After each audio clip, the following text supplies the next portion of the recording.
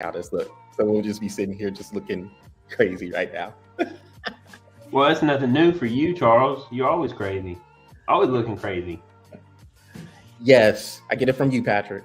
Yeah, you do. Absolutely. I'm crazy, like a fox.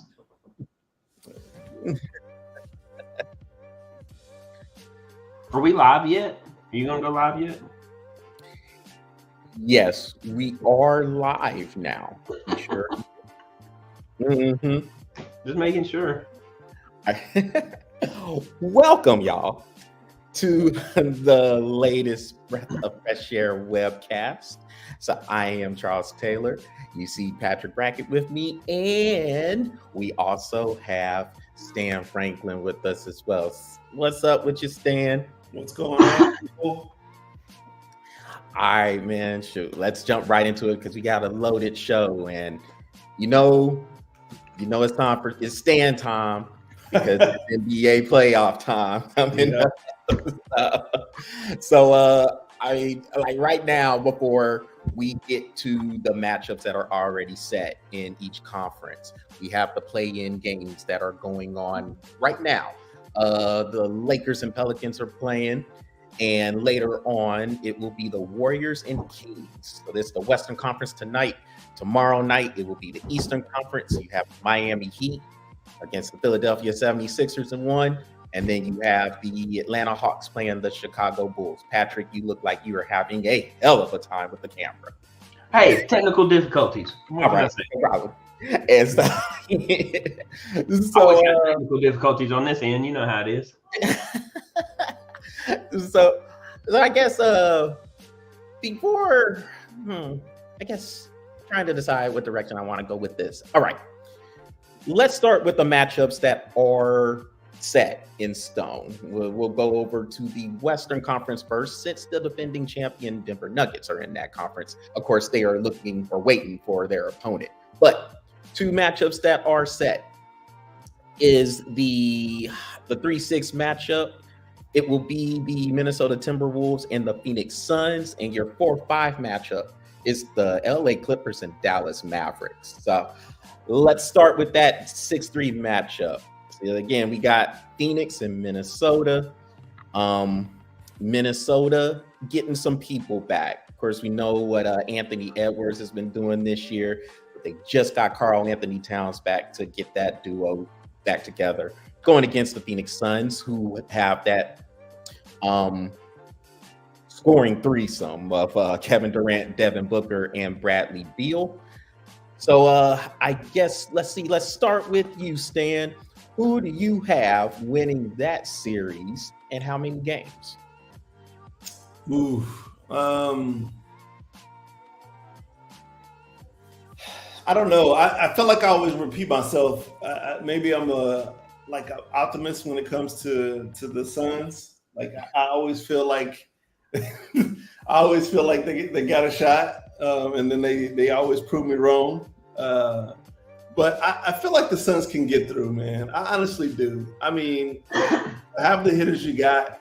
I don't see why you can't get through this one any deeper. Yeah, probably not. But I feel like they can get this, and I give them 5 games.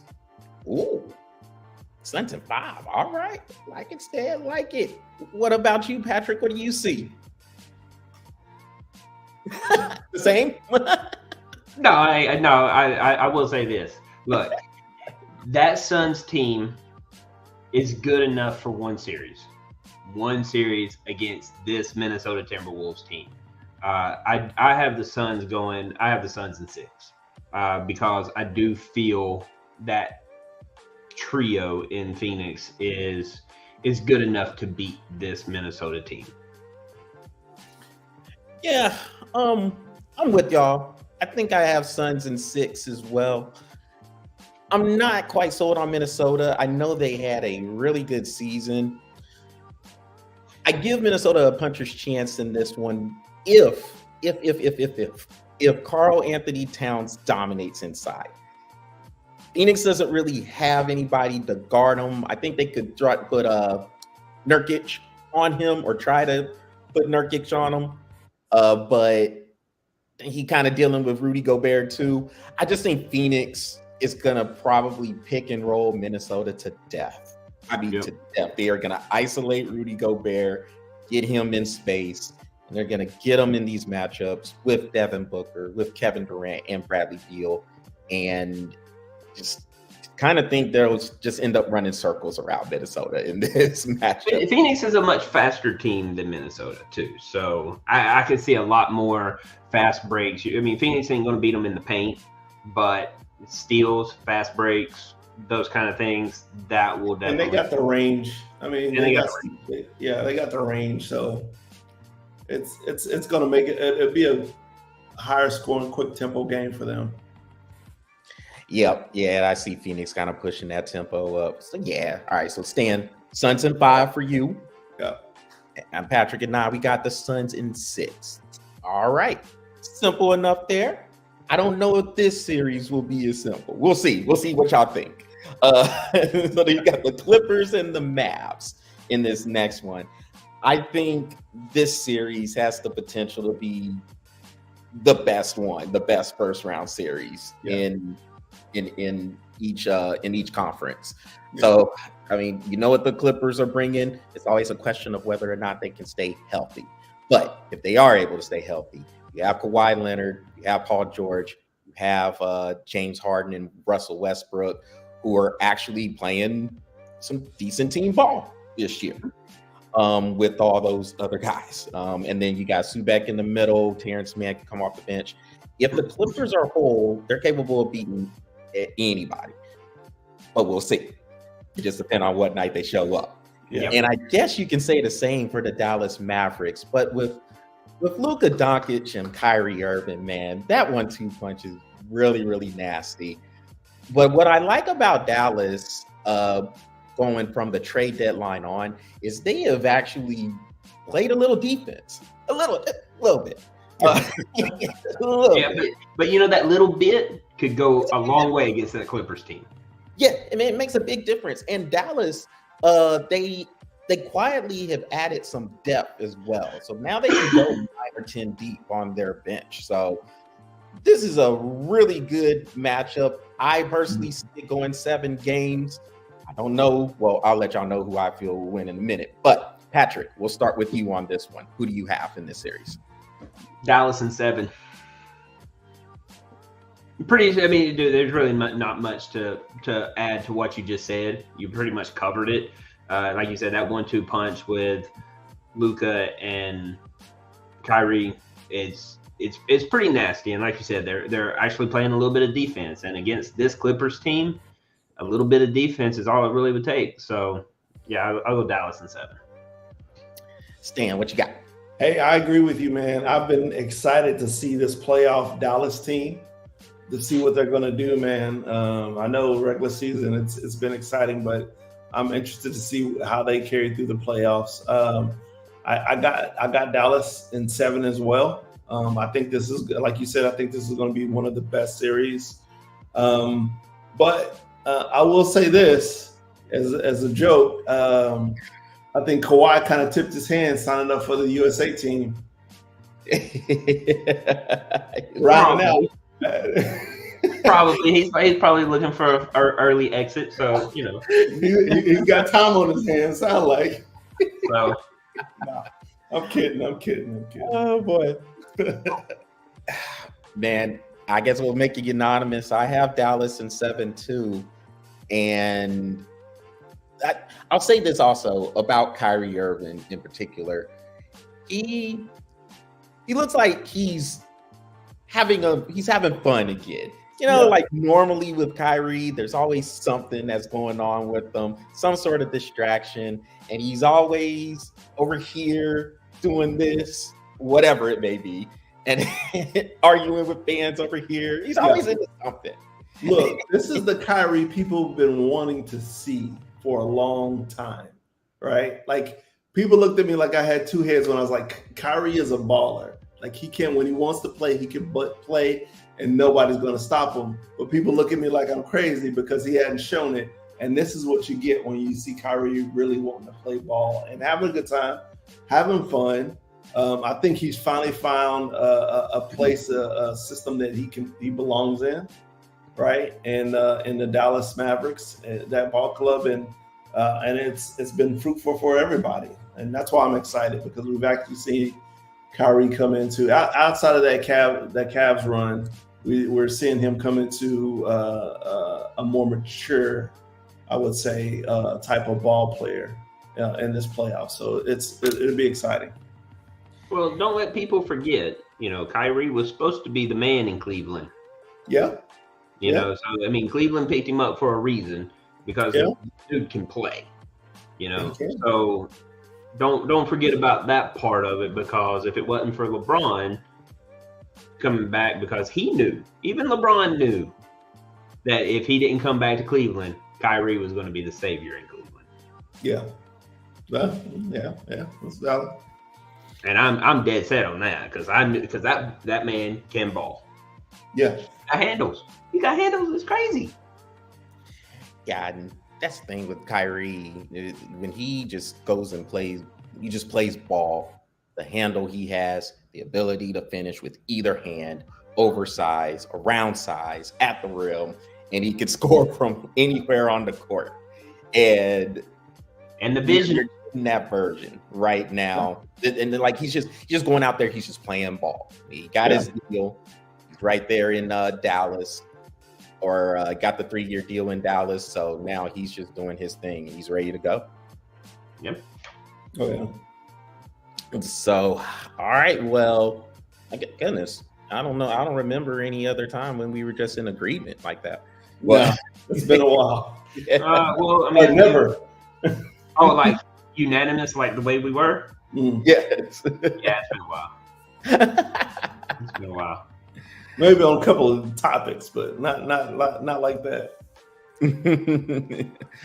Sure. Yep. So before we go over to the East, I guess which one of these play-in teams between the Lakers, Pelicans, Warriors, and Kings, out of those four, which one, and we'll start with you, Stan, which one do you think is the biggest threat to make some noise here, or like maybe perhaps make a deep run in the playoffs?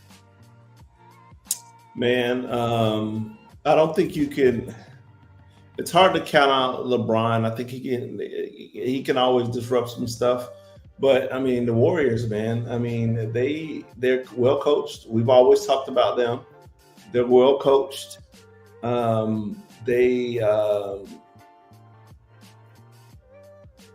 missing some key things. But if anyone was going to disrupt some stuff and surprise some people, I think it would probably be them. Yep. How about you, Patrick? What you think? I mean, Pelicans are probably going to get put out tonight.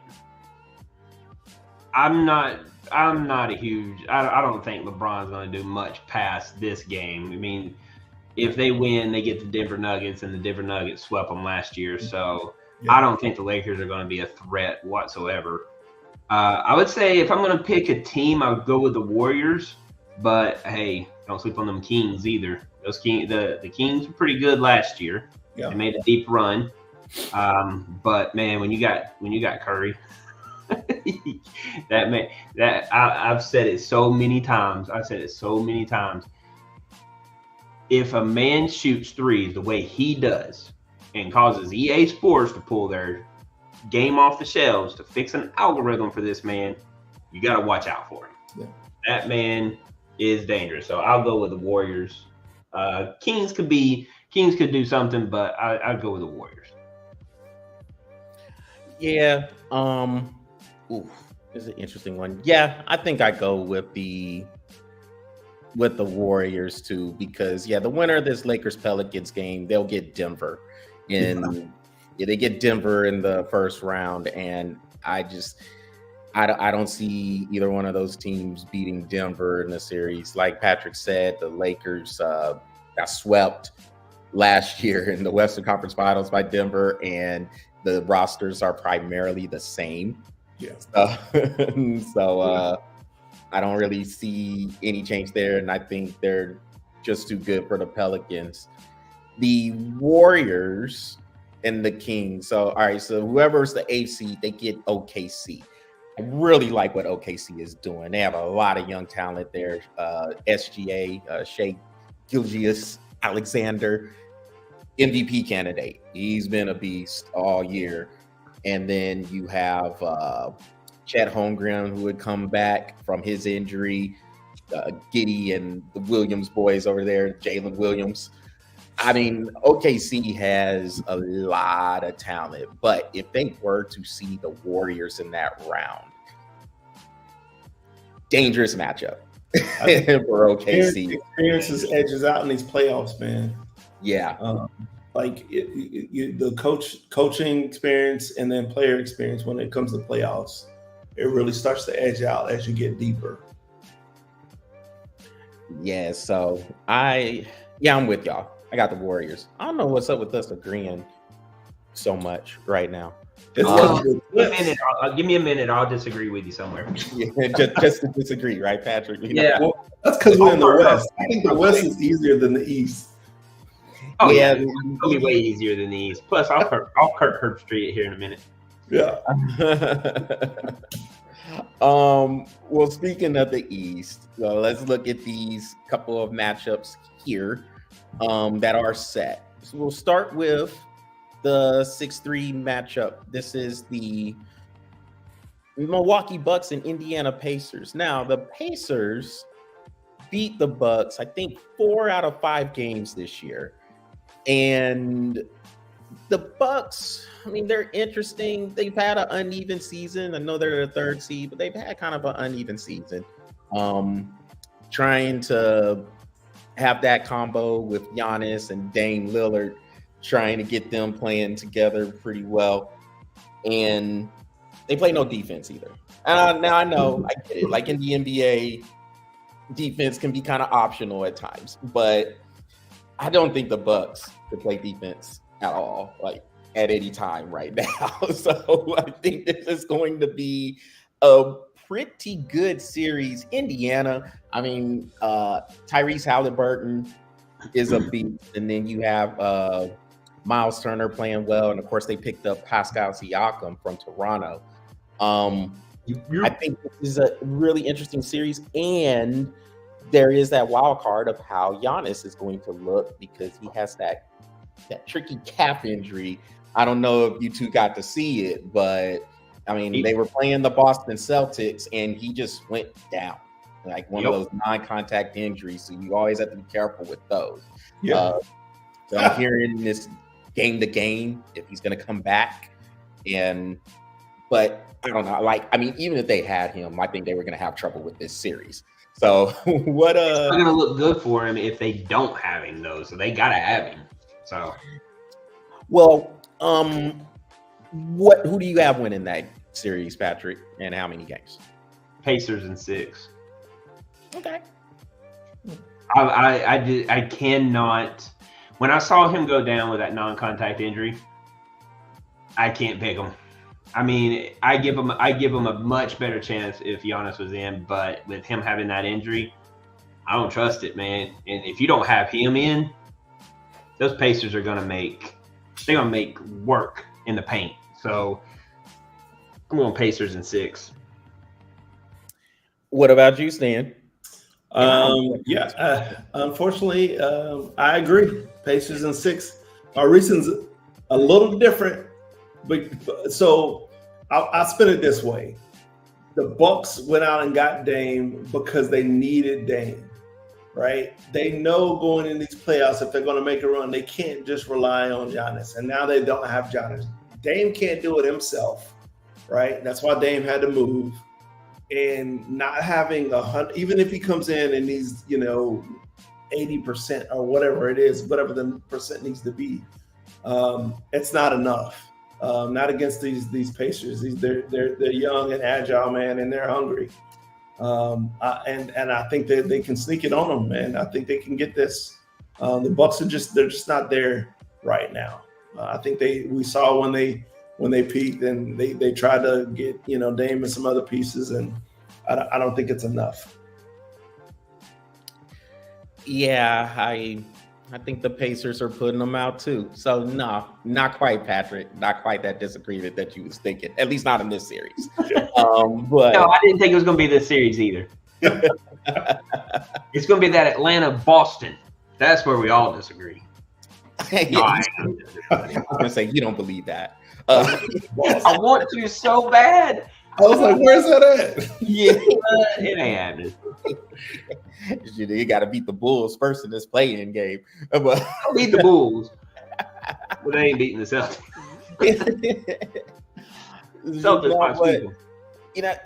What Stan said about the Bucks, I think that is really interesting. And Damian Lillard is a guy, like, we know he can score, but he doesn't really give you much else. And what I think happened with Milwaukee is they wanted to make a move to make sure Giannis stayed. Of course, there's a lot of rumblings that was coming up. Giannis is coming up to the end of his deal. Is he going to leave Milwaukee? Is he going to stay?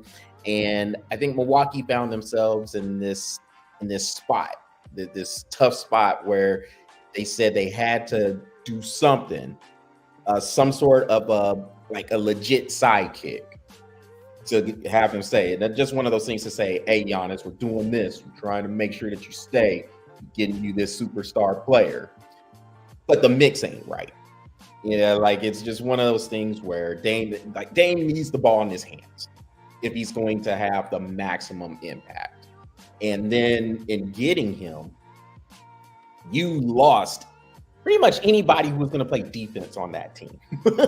and so now, yes, you can score, you can put up the points, but it's one of those things where by adding Damian Lillard, you weren't really solving an issue. You were adding to a strength that you had before because you were able to score points, and you were still pretty balanced on defense as long as you're healthy, because you did have guys like Drew Holiday, and they could pick up on the other team's best perimeter player. It was just, now you get Dame, you're not good defensively at all. If you're not scoring 140 points, you're probably going to lose. Yeah. And this Indiana team they're playing against, they have a multiple attack there with Haliburton, Miles Turner, and Siakam, and they can go pretty deep on their bench. So I'm with y'all. I do have Indiana, and I think I'm gonna go 6. We'll see if Giannis is able to come back, and when he does come back, there's probably going to be a little bit of uncertainty just to get used to playing again. It's just one of those things where the ankle or the calf, it's feeling a little funny. So it's going to take him a little bit to get a little bit comfortable, even if he was going to come back in like game 1 or 2. So yeah, I have Indiana with y'all winning too. Let's go on to this 4-5 matchup. Pretty interesting matchup here. Got the Cleveland Cavaliers going against the Orlando Magic. And Cleveland, Donovan Mitchell, they have Jared Allen. Is it trying to think what's the guy that Evan Mobley too. Cleveland they're solid, but I think this matchup with Orlando has a lot of length. This is a long team with a lot of athletes on it.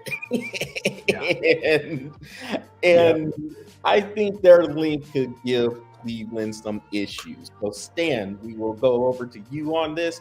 How do you feel about this series? Oh, I'm riding the Magic carpet ride. I'm telling you, man, the Magic reminds me of the hype that the Grizzlies had when they were buzzing a while back. We'll see where they go with it. But I'm edging them on the Cavs in this series. I'm gonna give them 6 games though. I think the Cavs will try to hold their own a little bit. But Yeah, I'm riding the Magic on this, man. I think they're gonna play well. Patrick. Damn it, Stan. Yeah. Okay, I'm gonna treat this one. Okay, because we can't all just keep agreeing. I'm gonna go Cleveland on this one. Yeah, I'm gonna go Cleveland. I'm gonna go Cleveland in 7, and this is the reason why: home court advantage.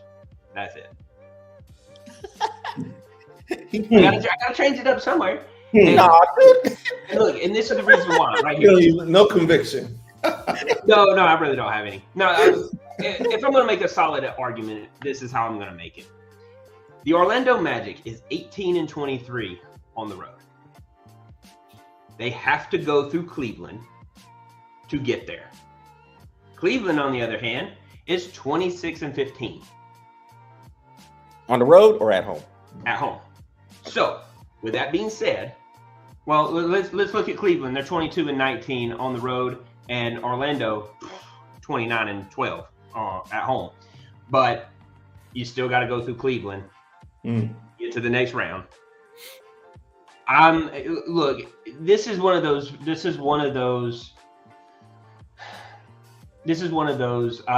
matchups where it could go either way. Really could. I mean, I do like that Orlando Magic team. But I do think that Cleveland can pull this out. Like I said, it's got to go through Cleveland first before anywhere else. Cleveland in 7. Well, so let me ask you this though, Patrick. If you were the coach of the Magic and you knew your record on the road, what you tell them going into Cleveland? How many wins do you got to get? Just 4. one. Oh, well, yeah, you just got to get one. You just got to get one. But hey, look. Yeah. Cleveland, all they got to do is win one on the road too. True, valid. But if you're confident at home, all you got to do is get that one on the road. That's true. That's true. You only got to get one on the road. Yeah. But still got to win. Yeah. You still got to win. So I'm gonna go Cleveland in 7. I like it. You backed it up. All right. I had a feeling y'all were gonna go Magic in this one. How do you know I went Magic? I didn't choose anybody. Oh, Charles didn't say it yet. I didn't chose yet, but I kind of have a feeling he's gonna go Magic. So we'll see though. Yeah, I didn't pick anyone there, but you're right though. Yeah, I'm gonna go Orlando. I knew you would. Look, here's the thing with Cleveland, man. Like I like Cleveland, and I think I guess the only doubt I have with Cleveland is with Donovan Mitchell. Sometimes he gets into that mode where he tries to play hero ball, and I think if Orlando does keep the pressure on him, then he's going to get into that hero ball mode again. And I think it's going to come back and hurt Cleveland. Backyard bow. Yeah, yep, there you go. Like backyard bow in football. Yep. If he can play grounded, like in control, obviously he's going to have the ball in his hands a lot. But if he can not try to just carry everything offensively, if he can trust his teammates a little bit more, if he can trust Evan Mobley more, if he can trust Karis LeVert coming off the bench, Jared Allen inside, if he can trust those guys and maybe play off of them a little bit instead of trying to get his anytime he wants, then I think Cleveland can pull this off. But I don't have the confidence he would be able to do that consistently. And I just like Orlando's the length and the depth they're coming with. Paolo Banchero is nice with it. You got Jonathan Isaac inside. It's good to finally see him be healthy. He's been in the league for a few years. It could never stay healthy, but he's actually stayed healthy, and he changes things inside. He blocks shots. And then the Wagners, you got Franz and Moritz. Orlando got a nice team, and I think it will be. Yeah, I'm gonna pick them in 7 too, maybe 6. We'll go 7. They'll get that win on the road. Hey, but we'll get that win on the road too. Yep, that's true. That could happen. But I'm going Orlando. I have to see. I mean, I think Cleveland has the potential to, like, they have a lot of the pieces there to make a run, but I think at times they just play uneven, and a lot of this is going to depend on how Donovan Mitchell, if he can play in control. I just don't have the confidence he can play in control consistently enough, and I think that'll hurt him. Play-in tournament. So I think I know the answer. I definitely know the answer from Stan to this. I'm gonna go on the limb with this one. But out of the play-in teams, which one do you think can make the deepest run? So we will start with. Who did I start with? Yeah, okay, Patrick. This is your turn. We'll start with you on this one, Patrick. Who do you think making the deeper run? And don't say the Hawks. You know you don't believe that. I might. But I don't. No. No, I think they'll beat the Bulls. Bulls have just kind of lost their way. You know what I mean? So has the Hawks. Don't get me wrong. I mean, when you have two teams that make 8 or 9 and 10, and they didn't even have a 500 record, you know, they've lost their way. Honestly, both of these teams, in the Bulls and the Hawks, probably need to blow it up and restart somewhere. And crazy enough, I'm gonna have to say this: it may not be at the Hawks building around Trae Young. This may not be. And the Bulls, they're gonna have to blow it up too. I mean. Hey, I don't even know about the Bulls real quick. I think the Bulls should have blew it up like 2 years ago. All right. Yeah. And even keeping DeRozan is probably not even a thing for them either. So they just need to blow it up. Hawks need to blow it up. I don't think adding what's his name? Who'd they add? Devontae Murray. I don't think that helped the situation at all. So between them two, I'm going to rule both of them out. If I'm going to make a bid for one of the play-in teams to make a run, I'm going to go with Miami Heat. They're far more put together. Now, don't get me wrong, the 76ers team they're playing well right now. But that can blow up on them anytime too, because Miami Heat's kept up with them the entire time. So that Miami Heat team, they look good. I mean, you know, Jimmy Butler's always going to carry that team. So hey, I give Philly a puncher's chance because they don't have Doc Rivers as their coach, and that is Milwaukee's problem. So that's another reason why Milwaukee, I think, will probably go out too. And that's bad that I'm saying that. Yeah, that's a good point. Like Doc Rivers, he had his moment. He should have retired. He should have retired years ago. But man, goodness, just so many just blown leads as a coach in these series. My goodness. Well, at a certain point, a coach needs to know when it's time to wrap it up. You know what I mean? And Doc Rivers is way past his time. He needs to be. He should have known when to wrap that up. Wrap that it up, B. Wrap it up. There's the button. Press the button on. Stan, so are you gonna make this unanimous with the Heat culture? Absolutely. Yeah. And I'm gonna back it up too. Listen. The Heat is where they want to be. I'm telling you right now. The Heat is where they want to be, man. They like being the underdog. They're comfortable there. Right? They like punching from behind, and they've shown that they can do that well. They're comfortable where they're at. This does not shake them at all. And they've been playing good ball. Right? I've been if you've watched their games, they've been fine-tuning a lot of things they wanted to do on the offensive and the defensive side of the ball. And it's looking like they're getting primed for the playoff run. And that's what we've seen consistently over the last few years.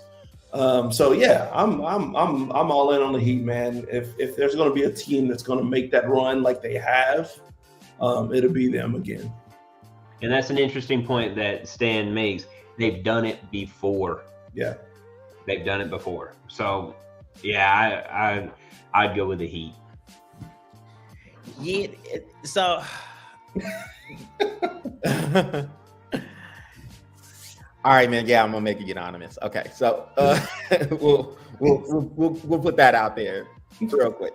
But if so this Heat 76ers win or this game, so the winner will get the Knicks, the New York Knicks, in the first round, and of course the loser of this game will play the winner of the Hawks Bulls, and then that winner plays Boston.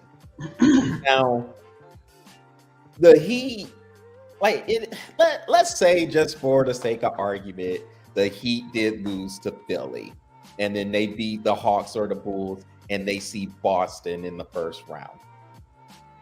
I don't think Boston really wants to see that. Not after going 7 games with them 2 years in a row in the Eastern Conference Finals. I don't think Boston really wants to see that. Now, look, Boston, I'll say this. Boston should come out the East. Everything looks good for them to come out the East. It looks that way.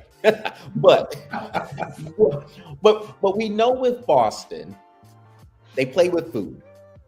They have these series locked up. We saw it last year with the Hawks, just for an example.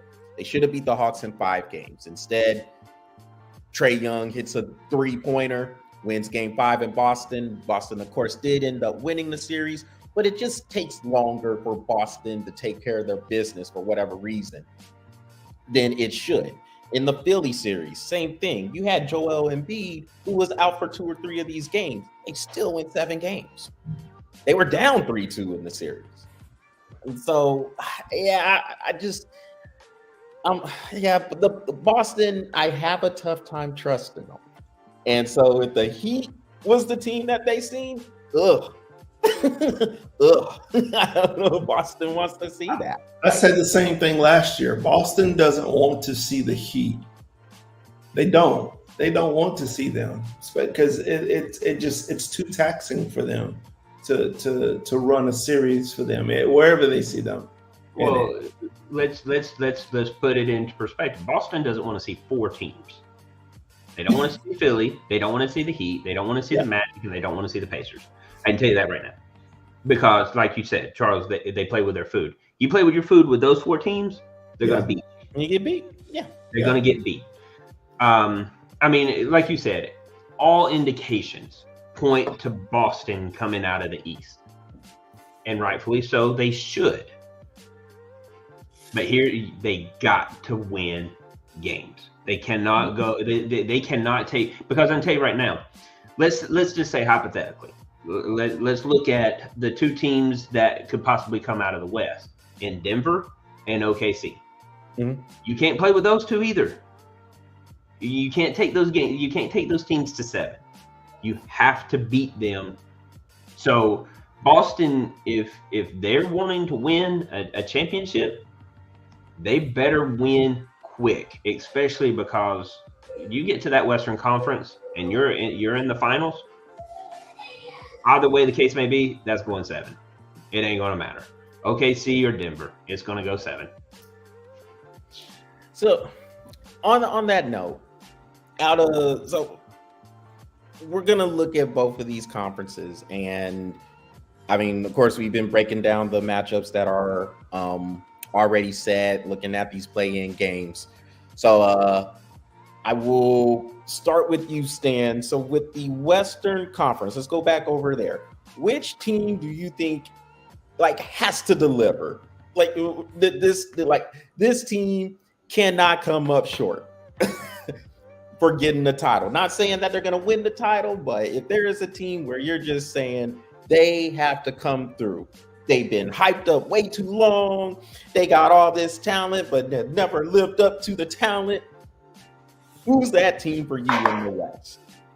I think if more so, if I get your question, but change it a little bit, the team that I feel that has the most pressure coming out of the West will be the Oklahoma City Thunder.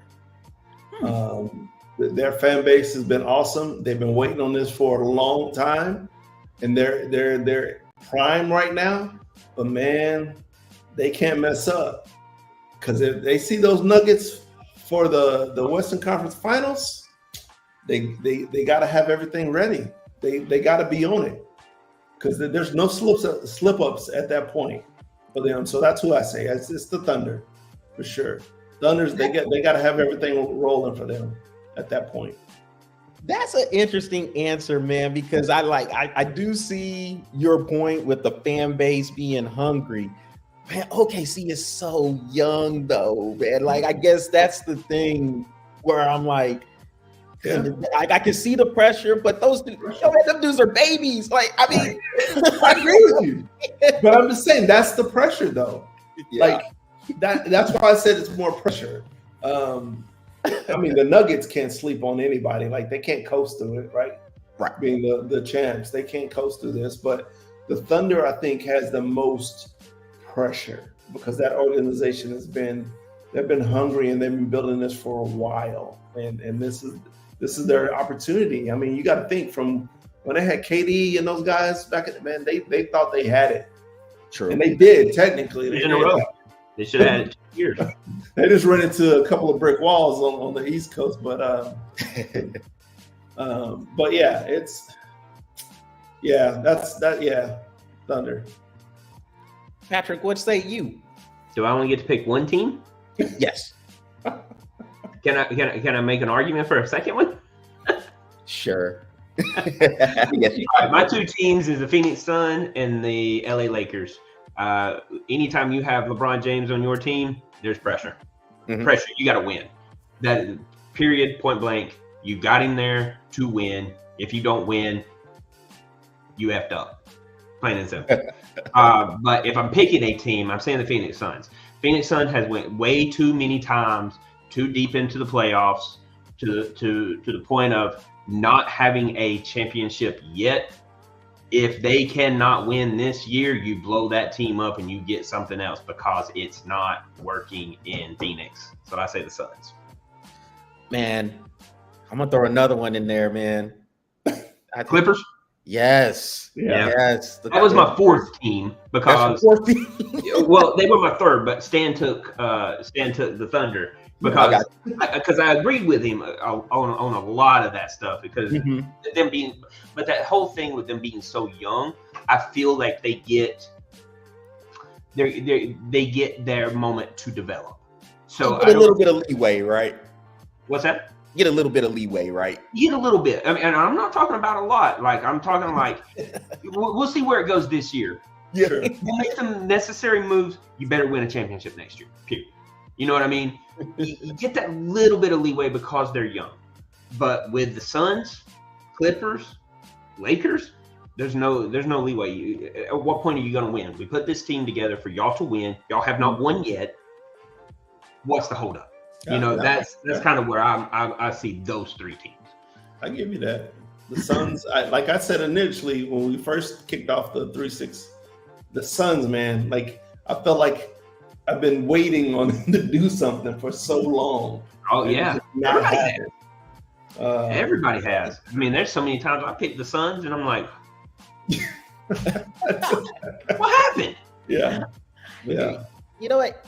See, here's the thing with the Suns as well, before I tell y'all why I got the Clippers as my team. But the thing with the Suns is sometimes you have an opportunity to win a championship, as the Suns did a few years ago when they had the Milwaukee Bucks down 2-0, and I think that was 2021. Yeah, 2021 NBA Finals.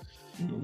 When you have that shot, and I mean, I guess you can say this about any team that is in the finals or in a position to win a championship, but there's just some teams you just have that feel, if they don't do it now or at that moment, it's probably not going to happen for them. Yeah. I felt that was one of those moments for Phoenix. Now, granted, they're different now. Chris Paul's not on the team anymore. You got Kevin Durant, you have Bradley Beal, but there's just some times where you just know, you can just feel it in your gut. You have this opportunity. You got a team down 2-0. You got to put that away.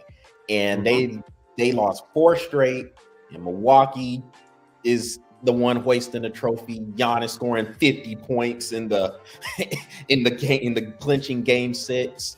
Yeah. I mean, it was you could just look at it like Chris Paul. It looked like he knew it, and I know he's still playing with the Warriors, but they just had this look of, damn, this opportunity just slipped, and I don't know if we're gonna get back here.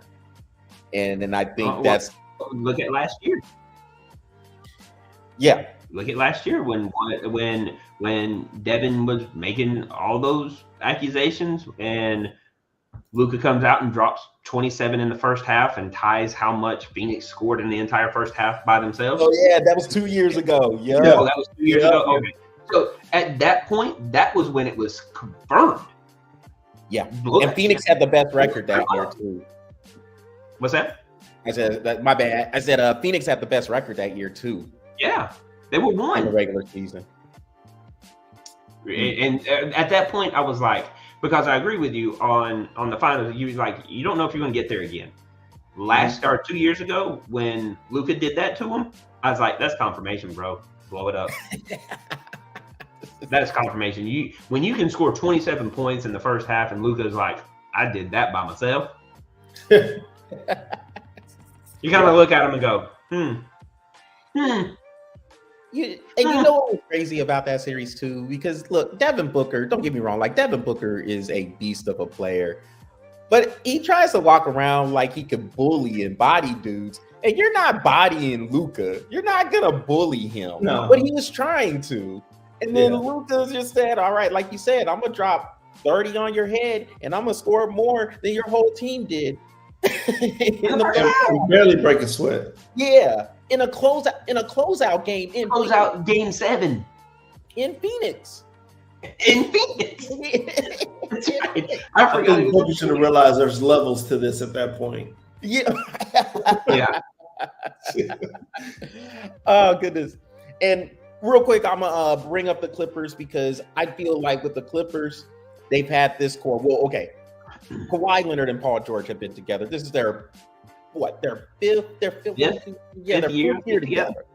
Mm-hmm. Yep, 5th year together. And they were supposed to be competing for championships. They had the 1 year where they made it to the Western Conference Finals. And Kawhi wasn't even healthy for that. And so it's always, but with them. Hey, they got these dudes all on the team, but 1, maybe 2 of them, they're going to be hurt. Now, I hope they can stay healthy. We'll see what happens. We all have them losing to Dallas in the first round. But the Clippers got to do something. Yeah. Or it might be time for break up that roster too. There's a lot of teams that need to just go ahead and break it up. It's gonna be if they listen to us, that's gonna be a whole different league next year. Mm-hmm. Woo! Gonna be a lot of transition and transactions going on. Yeah. Hey, in Atlanta, they just need to go ahead and trade the chairs, Gatorade bottles, yeah, inches, trade the crowd. I don't care. The crowd. Because I'm telling you, I'm on my way. Speaking of the Eastern Conference, so we had the teams in the West that we feel are kind of under the most pressure, or the teams that have to deliver right now this year. So in the Eastern Conference, Patrick, who do you have in here? I'm gonna go Boston. You got to go Boston. I mean, they don't have youth as an excuse. They have got with that amount of talent. If you don't win this year, time to go. You know what?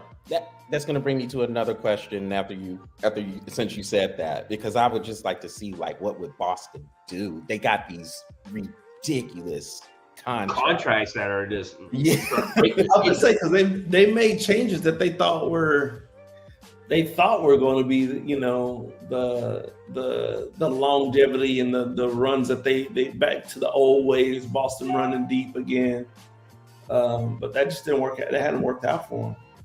and that ridiculous contract they gave Brown at the beginning of the or at the end of last year. Oh my gosh, yeah, that. Oof.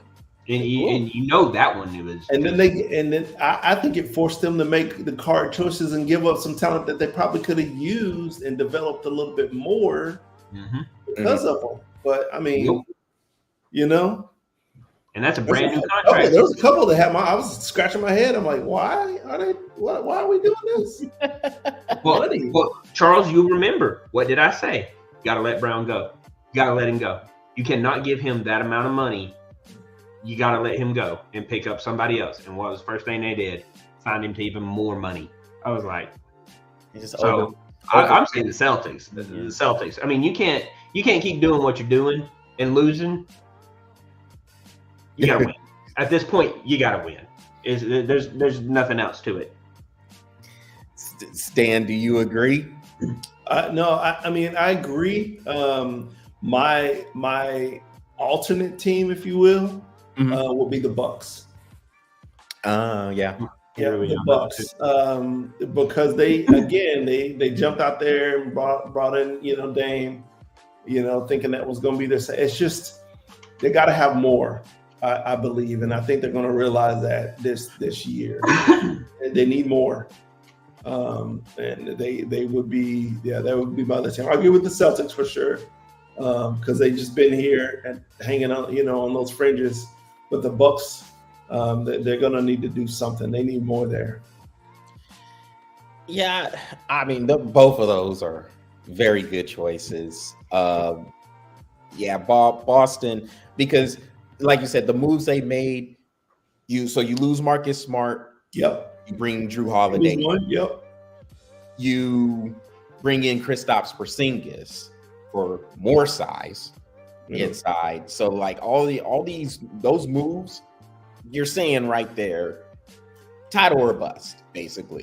Yeah, that's what those moves equate to. You're saying, well, if we can get Drew Holiday over here for Marcus Smart, we have a better ball handler, somebody who can take the ball out of the hands of either Jason Tatum or Jaylen Brown, because both of them, probably more so Brown than Tatum. I think Tatum is pretty reliable with the ball. Brown can go off in turnover mode sometimes. Yeah. There's plenty of times where that man has turned it over like 6 possessions. Yeah. Out of 6. Yeah. And you're like, more faith in him than I do. But, and then the Bucks, that I think it may come down to them, blowing a lot of the stuff up. Yeah, obviously you have Giannis there, but there's gonna have to be a little bit of an overhaul in pieces. I like Chris Middleton. Yeah, but he's just kind of he's breaking down. I mean, I don't remember the last time Chris Middleton's been healthy really consistently. And it's been a few years since he's been healthy for like an entire season. Yeah, and then Damian Lillard, and then you talk about a contract. Oh my God, that contract he signed with Portland, where he's getting $60 million per year. I mean, that's ridiculous. Like, so Stan, so we know, and I'm with you with the Heat culture. So I'll ask you this real quick, man. So if Damian Lillard did go to the Heat, because those are the rumors that were out there. Like he wanted to go down to Miami. He wanted to play with Jimmy and Bam Adebayo. If he did go to Miami, how do you see that looking? Like, would you say Miami could make a run to the title? I mean, obviously, I guess from the name value, you would say so, but like in terms of the substance. I look at it like this, man, and for what I know about how the Heat culture is, if he was going to be there, then he was a right fit, and it would work. That's just how the Miami Heat organization works. Like if they were like, hey, we're gonna make it work. If Pat Riley was like, hey, we'll make the numbers, whatever it needs, we'll figure it out, then he was the right person. Them saying that they didn't and it didn't work he was not the right person. 100%. 100%. I believe that wholeheartedly. they've been consistent in that. They've always got the right pieces. Yes. I could not have said that any better myself. Yeah, the Heat are very, very calculated in terms of the players they want, and they have to fit. They have to fit that culture they have built. Mhm. You have to be a grinding dude. You have to be able to play some defense, get those loose balls, the 50-50 balls, get offensive rebounds, and be willing to stick that in. And I don't know if I don't know if Dame's really that guy. I mean, I think we know he can score, and I'm not trying to call out Damian Lillard's manhood or anything like that, but he's just never been that type of player. Yeah. To show that type of toughness, to lock in on the defensive end, and if they did it, at the best, I think Miami would go out second round. Like how they're currently constructed, I still think they could make a legit run to the Eastern Conference Finals or maybe the NBA Finals. If they had Damian Lillard on the team, I don't know if they get out the second round. Yeah. Because they would have lost a lot of those pieces. Yeah. Trading for them. And then all it comes with a high price tag too, so it's got to be well calculated. You run in the big three. You're just gonna have Damian Lillard, Jimmy Butler, and Bam Adebayo on the court. Yeah. Hey, well, always think of it this way: if they do go in that direction, then all we have to do is submit our resume, just pass the ball. All right, $200,000 a year. Yeah, let's do that. Let's go, Patrick. You messed up a pass. You don't pay me $200,000 a year. You get the best. You get what you paid for. It's not like millions of dollars. This is a $200,000 pass. Yeah, that's it. I need you to shoot once or twice. Not what you're paying me to do. No. You pay them $3 to do that. You can starting off the street. Yep. Let's get it. I ain't taking the final shot. I ain't doing it. We don't have to worry about that at all. No. I can tell you right now, if they put me on that court, I guarantee you, I'd go and steal the ball from my own teammate just so I can shoot the ball. Like I'm in the NBA. Yeah. Let's get one in. Oh my goodness. Well, I guess that's it, man. Goodness, time flies when you're having fun. We're almost at the hour mark. Well, I guess we will wrap it up for this edition with this NBA playoff preview, the play-in preview, looking at the teams who are under the most pressure, the ones with the most to prove. Fun episode, y'all. I enjoyed this show. I don't know what happened with my screen. You've been paused the entire time. Really? Yeah. Like it is. My screen is black over here. I don't know, like something I think that's just roll with it. Computer. Goodness gracious. Well, at least the audio's been good. So cool. All right, we'll roll with it. It's probably that Instagram crap you got going on. That's true. Yeah, man. Instagram Live, man. Fix them bugs. You know what? And man, like I said, I'm just glad that the sound was going on cool. And this is what I get, Patrick. I should not have taught you about your camera. As soon as I teach you about your camera, I froze. Yeah. Hey, look. I'm gonna say, mine's always working. Yeah, this is true. On that note, that will conclude this edition of the Breath of Fresh Air webcast. Y'all make sure, and that's what we're breathing on for this evening. So y'all make sure y'all go to the Breath of Fresh Air YouTube channel, smash that subscribe button, and follow the Breath of Fresh Air Facebook page.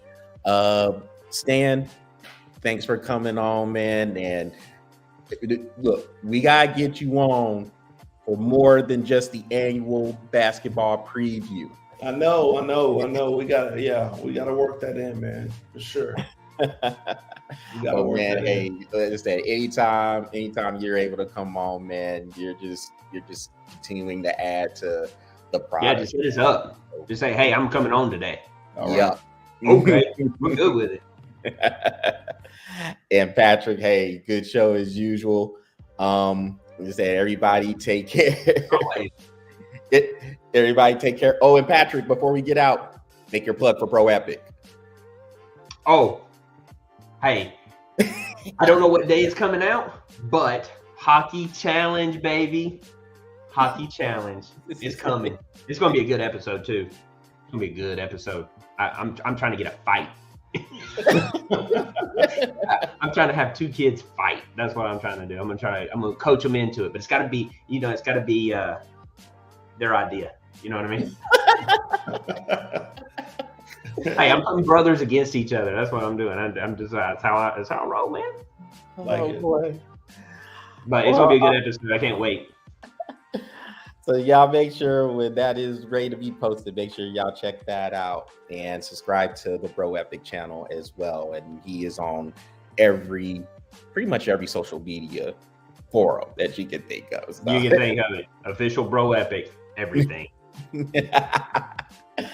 Oh goodness. So hey, everybody take care.